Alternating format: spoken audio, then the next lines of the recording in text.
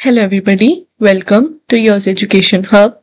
आज हम स्टार्ट करेंगे बीकॉम सेमेस्टर 2 का इंग्लिश का syllabus from the book prose for young learners. इसमें टोटल 10 चैप्टर्स हैं। आज हम करेंगे चैप्टर 1 फ्रॉम द गाइड।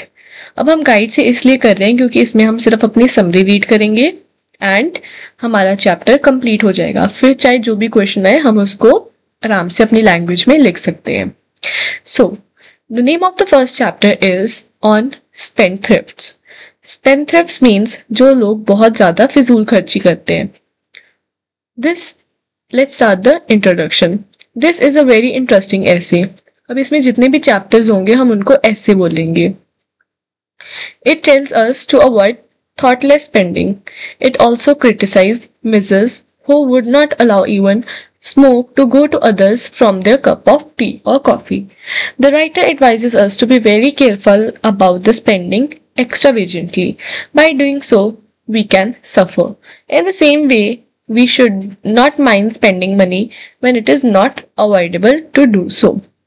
अब इंट्रोडक्शन में क्या बोल रहे हैं कि वो कहते हैं एक बहुत इंटरेस्टिंग ऐसे है जिसमें हमें बताया जाता है कि हमें बिना मतलब के पैसे खर्च नहीं करने चाहिए। ये ऑल्सो क्रिटिसाइज करता है किनको, मिजर्स को। अब वन इज स्पेंडथ्रिफ्ट्स जो कि बहुत फिजूल खर्ची करते हैं एंड सेकंड इज मिजर्स जो कि बहुत कंजूस होते हैं। ये दोनों ऑपोजिट वर्ड्स हैं, ठीक है जी। वो मिजर्स को भी क्रिटिसाइज करता है। अब जो मिजर्स होते हैं वो बहुत कंजूस होते हैं, तो वो अपने घर में जो हो रहा होता है ना उसकी भी खबर बाहर नहीं जाने देते। अगर उनके घर में चाय भी बन रही है ना या कॉफी भी बन रही है तो उसका धुआं भी बाहर नहीं जाने देंगे। मीन्स वो अपने पैसे स्पेंड नहीं करना चाहते। The writer advises us to be careful about spending extravagantly. Writer हमें केयरफुल कर रहा है फिजूल खर्ची करने से, जिससे अगर हम फिजूल खर्ची करेंगे तो हमें सफर भी करना पड़ जाएगा in future. Let's start the summary. The essay opens with a mention of Lady Ida Sitwell. अब ये एक इमेजिनरी लेडी है जिसका नाम है लेडी ईडा सिटवेल। इसको एक एज अ एग्जाम्पल उन्होंने स्टोरी में लिया है। She was sent to jail for 3 months. Some people may have sympathy for her because she was a spendthrift and was to send for jail for the non-payment of the loan taken by her from others. Others may have sympathy for the lady. अब वो क्या बोल रहे हैं कि जो lady है ना उसको 3 महीने के लिए जेल भेजना चाहिए। क्यों? बिकॉज वो बहुत ज्यादा बिना मतलब के पैसे खर्च करती है। लोगों को लगता है वो जितने पैसे खर्च करते हैं ना उसको तो जेल में भेज देना चाहिए। अब जेल में भेजने से क्या होगा, उसकी लाइफ एक डिसिप्लिन्ड मैनर में हो जाएगी, वो हम आगे देखेंगे। अब उसको जेल भेजना चाहिए ये उन्होंने बोला है। अब कुछ लोग उसके लिए सिंपैथी क्रिएट कर रहे हैं। सिंपैथी इसलिए नहीं कि वो एक बहुत अच्छी फैमिली से बिलोंग करती है, बल्कि इसलिए वो एक अच्छी फैमिली से बिलोंग करती है एंड इवन उसको जेल में जाना पड़ेगा, इसके लिए नहीं sympathy, but sympathy for this reason कि वो भी बाकियों की तरह ही एक पर्सन है जो कि ज्यादा पैसे खर्च करती है। हम भी बिना मतलब के बहुत सारी स्पेंडिंग्स करते हैं, तो लोगों को ये हो रहा था कि ये तो बिल्कुल सेम हमारी जैसी है, फिर क्यों इसको जेल में भेजना चाहिए। Lady Ida Sitwell was a great spendthrift, means वो बहुत ज्यादा पैसे खर्च करती थी। A spendthrift may has many friends. अब स्पेंडथ्रिफ्ट के इतने फ्रेंड्स क्यों होते हैं? क्योंकि एक जो स्पेंडथ्रिफ्ट होता है वो बिना मतलब के पैसे स्पेंड करता है और वो अपने जब भी वो अपने ग्रुप में होता है अपने फ्रेंड्स के साथ होता है तो वो ही मोस्टली स्पेंड करता है और लोगों को भी अच्छा लगता है। The miser has no friend. अब इन्होंने कॉन्ट्रोवर्शियल एक बात बोलती है कि जो स्पेंडथ्रिफ्ट है इसके बहुत सारे फ्रेंड्स होते हैं क्योंकि अपने फ्रेंड्स को खिलाता है पिलाता है उन पे पैसे स्पेंड करता है, और जो मिजर है क्योंकि वो एक बहुत कंजूस पर्सन है तो उसके कोई भी फ्रेंड नहीं होते। Miser is a very selfish. जो एक मिजर होता है वो बहुत सेल्फिश होता है, कंजूस होता है। Spendthrift is a good natured fellow. अब स्पेंडथ्रिफ्ट को एक गुड नेचर का बोला गया है बिकॉज वो सब पे पैसे खर्चता है और सबका फ्रेंड बन जाता है। The bad habit of the spendthrift has a little bit of generosity about it, but the spendthrift's generosity is generally at the expense of others. अब वो क्या बोल रहे हैं? वो कहते हैं कि जो भी एक्स्ट्रा पैसे स्पेंड करते हैं क्या वो अपनी जेब से करते हैं? जो बिना मतलब के फिजूल खर्ची करते हैं क्या वो अपनी जेब से करते होंगे? अब कोई भी पर्सन अगर मेहनत करके पैसे कमा रहा है तो वो कभी भी बिना मतलब के खर्च नहीं करेगा, बिकॉज उसको पता है कि पैसे कमाने कितने डिफिकल्ट होते हैं। तो जो एक स्पेंडथ्रिफ्ट होता है वो कभी भी अपने पैसे नहीं स्पेंड करता, वो किसी और के पैसे स्पेंड करता है. It is rather like the generosity of the man who felt moved by a charity sermon. He picked a genuine from his neighbor's pocket and put in his plate. अब वो क्या करता है पर्सन जो एक spendthrift होता है वो किसी की जेब से निकाल के किसी और पे खर्च कर देता है. तो इट डजंट मीन्स कि वो एक गुड नेचर्ड फेलो है. Lady Ida Sitwell used to enjoy the luxury of the spending money that did not belong to her. जैसे मैंने आपको बताया कि जो भी एक स्पेंडथ्रिफ्ट होता है वो कभी भी अपने पैसे नहीं खर्चता. So this was about lady Ida Sitwell. अब एक अदर करेक्टर है who is Elvis. Elvis was a miser. Elvis एक बहुत कंजूस पर्सन था. It is said that he would sit for hours in the wet clothes to save the lighting of the fire. He had a £500,000 when he died.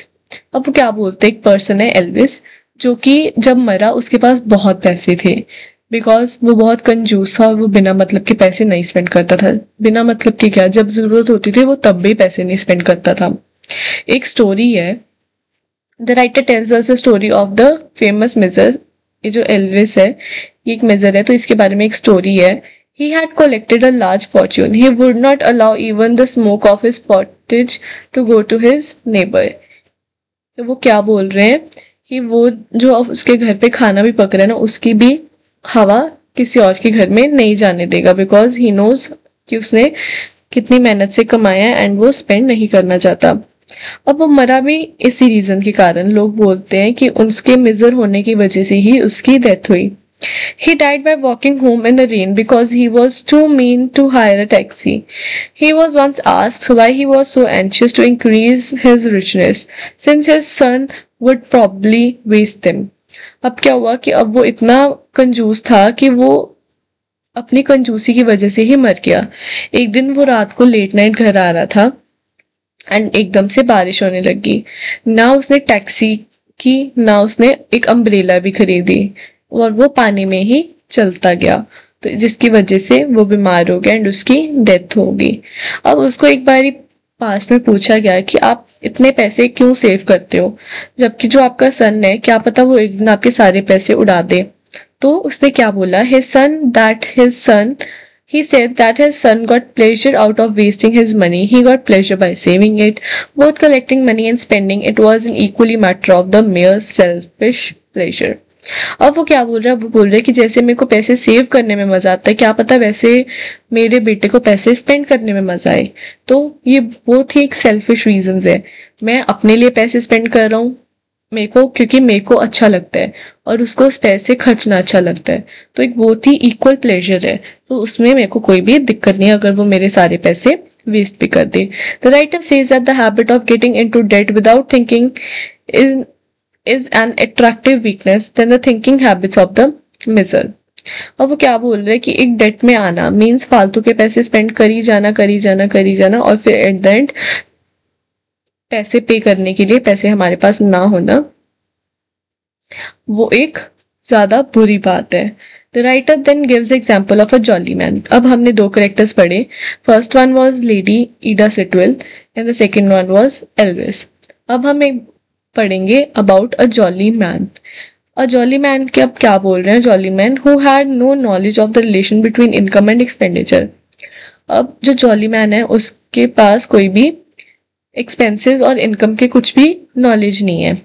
तो वो क्या बोल रहे हैं उसके बारे में बताते हैं. If he got £100 unexpectedly he did not look at it in a relation to his whole needs.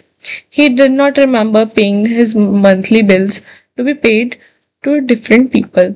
On the basis of this money, he ordered a new piano. In the morning, bought his wife a costly fur jacket. By the next day, he would find himself deeper in the debt than before. He would start wondering how he got into debt. अब जो एक jolly man है ये jolly man के बारे में क्या बताते हैं कि अगर बाय चांस इसको रास्ते में कहीं पे £100 भी मिल जाए ना तो इसको नहीं पता चलेगा कि मेरे को कैसे स्पेंड करने चाहिए. If he would be sensible, अगर वो इतना समझदार होगा तो वो क्या करेगा, अपने जो भी खर्चे हैं महीने के, फॉर एग्जांपल रेंट पे करना या फूड के एक्सपेंसेस पे करना या इलेक्ट्रिसिटी के एक्सपेंसेस पे करना, वो सब नहीं करेगा. वो ये पैसे फालतू में उड़ा देगा। मीन्स कभी उसने क्या किया, इसे न्यू पियानो ले लिया जिसकी कोई नीड भी नहीं थी, अपनी वाइफ के लिए फरी जैकेट ले ली, और and he find himself into the deeper debt. Means अब उसके पास और पैसे नहीं हुए अपने जो कि एक्सपेंसेस थे उनको पे करने के लिए। तो उसको फिर वो सोचने लग गया कि मेरे पे इतना कर्जा कैसे आ गया। If he would be sensible enough to spend his money, अगर उसको इतना ही पता होता कि अपने पैसे को कैसे खर्च करना है तो वो आज इस सिचुएशन में ना होता। उसने जो पैसे उसको बाय चांस मिले थे उसने बहुत गलत स्पेंडिंग की, तो वो अब डेट में आ गया। This was about jolly man. The writer then gives examples of John's young wife. अब राइटर एक और पर्सन की एग्जाम्पल लेता है, who is John's young wife. She was a charming women, वो एक बहुत सुंदर वुमेन थी। She always dragged her husband into debt in an irresponsible manner. और वो जो लेडी थी वो अपने हस्बैंड को और पैसे स्पेंड करने के लिए प्रमोट करती थी। मीन्स वो उसके और पैसे खर्च करवाती थी। She would leave her husband on the footpath by telling him that she had to buy some pins from the shop.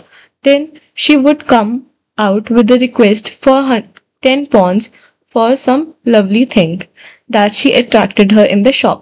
Her husband could not refuse to pay his wife the money. He was still astonished how he had such a beautiful woman as his wife. अब क्या हुआ, जो Johns की wife थी अब वो एक बहुत सुंदर लेडी थी, तो और वो क्या करती थी, वो अपने हस्बैंड को बिना मतलब के पैसे स्पेंड करवाती थी। मतलब वो अपने हस्बैंड को खुद ही डेट में डालती थी। वो कैसे, एक दिन वो दोनों फुटपाथ से जा रहे थे। वो लेडी को जॉन की वाइफ को कुछ पिन्स दिखी एंड उसको बहुत अच्छी लगी, तो वो लेने चली गई। अब जब वो वापस आई वो एक रिक्वेस्ट के साथ आई कि मेरे को प्लीज 10 पाउंड्स दे दो, क्योंकि मेरे को एक ऐसी चीज पसंद आई है जो कि बहुत अट्रैक्टिव है एंड मेरे को उसको लेना ही लेना है। तो जो जॉन था वो अपनी वाइफ को मना नहीं कर पाया, बिकॉज वो अपनी वाइफ को बहुत प्यार करता था एंड उसको उसकी वाइफ बहुत सुंदर लगती थी। So for this reason he could not refuse his wife and he gave 10 pounds to his wife. So this was the reason कि वो लेडी उसको अब बार बार डेट में डाल रही थी, बिना मतलब के पैसे स्पेंड करवा रही थी। सो the writer wants to give a lesson to such people as spend money extravagantly. He gives the example of the little incident. अब उसने इतने करेक्टर्स के बारे में बात की, अब वो एक छोटा सा इंसिडेंट भी बता रहा है जिससे वो सभी को समझाना चाहता है कि बिना मतलब के पैसे हमें नहीं स्पेंड करने चाहिए। अब वो इंसिडेंट क्या है? He traveled in a tram the other evening. The working man sat with him. अब वो एक जगह पे बैठा, एक व्हीकल पे बैठा और उसके साथ एक वर्किंग मैन था। वर्किंग मैन मीन्स जो कहीं पे भी काम करता है एज अ वर्कर बेसिकली। तो वो वर्किंग मैन उसके साथ बैठा था। He carried a small diary with him. वो वर्कर के पास एक स्मॉल डायरी थी। He perhaps earned 25 shillings in a week. He paid his fare and then took out the small notebook और डायरी। अब वो उसके जो पर्सन है, जो वर्किंग मैन है, वो एक हफ्ते के 25 shillings ही बस अर्न करता है and he is not that much rich, he is very poor we can say. So what he do is वो अपनी जो एक्सपेंस है, जो उसका ट्रैम का फेयर है, जो कि भाड़ा है, उसको पे करता है एंड वो एक स्मॉल नोटबुक निकालता है और डायरी निकालता है। He opened it and began to write. He wrote tram fare 1.5 D। So वो ट्रैम के एक्सपेंस लिखता है बेसिकली। वो जो उसने फेयर दिया है वो उसका एक्सपेंस नोट करता है डायरी में। सो इससे हमें क्या समझ आता है दैट कि वो एक बहुत डिसिप्लिन्ड लाइफ में है। The writer could once understand that the life of the worker was very disciplined. He had a lesson or a principle to follow in his life. Watch your spendings. अब वो क्या कहता है कि उसने इस चीज से एक लेसन सीखा। वॉच योर स्पेंडिंग्स मीन्स हम जितना भी स्पेंड करते हैं हमें उसे देखते रहना चाहिए, सो दैट इन फ्यूचर हमें कोई प्रॉब्लम ना हो। Such a lesson was missing for the life of the lady Ida Sitwell. अब वो क्या बोलता है कि एक वर्कर जो छोटी छोटी चीजें नोट करता है एंड उसके पास जस्ट बिकॉज पैसे नहीं है तो उसको बिल्कुल ध्यान से पैसे देखने पड़ते हैं। सो जो उसकी लाइफ में डिसिप्लिन है वो लेडी ईडा सिटवेल की लाइफ में मिसिंग है। दैट इज वाई हम स्टार्टिंग में हमने बोला था कि उसको जेल में जाना चाहिए सो दैट उसकी लाइफ में भी डिसिप्लिन आए। The writer is of the view that those people suffer in life who are more worried about earning money than how to spend it. अब वो लोग ज्यादा सफर करते हैं जिनको अपनी पैसे अर्न करने से ज्यादा स्पेंड करने पे ध्यान देना चाहिए। He wants to say that those people suffer in life who are more worried about earning money than how to spend it. जो पर्सन पैसे कमाते कैसे हैं उस पर ध्यान देते हैं वो लोग ज्यादा सक्सेसफुल नहीं हो पाते, बल्कि जो लोग ये देखते हैं कि कैसे पैसे को स्पेंड करना है वो लोग ज्यादा सक्सेसफुल होते हैं। अब उन्होंने डिफरेंस बताया है स्कॉटलैंड के लोगों के बारे में और लैंडसेचर के लोगों के बारे में। जो स्कॉटिश पीपल है वो क्या सोचते हैं कि अपनी मनी कैसे स्पेंड करनी है।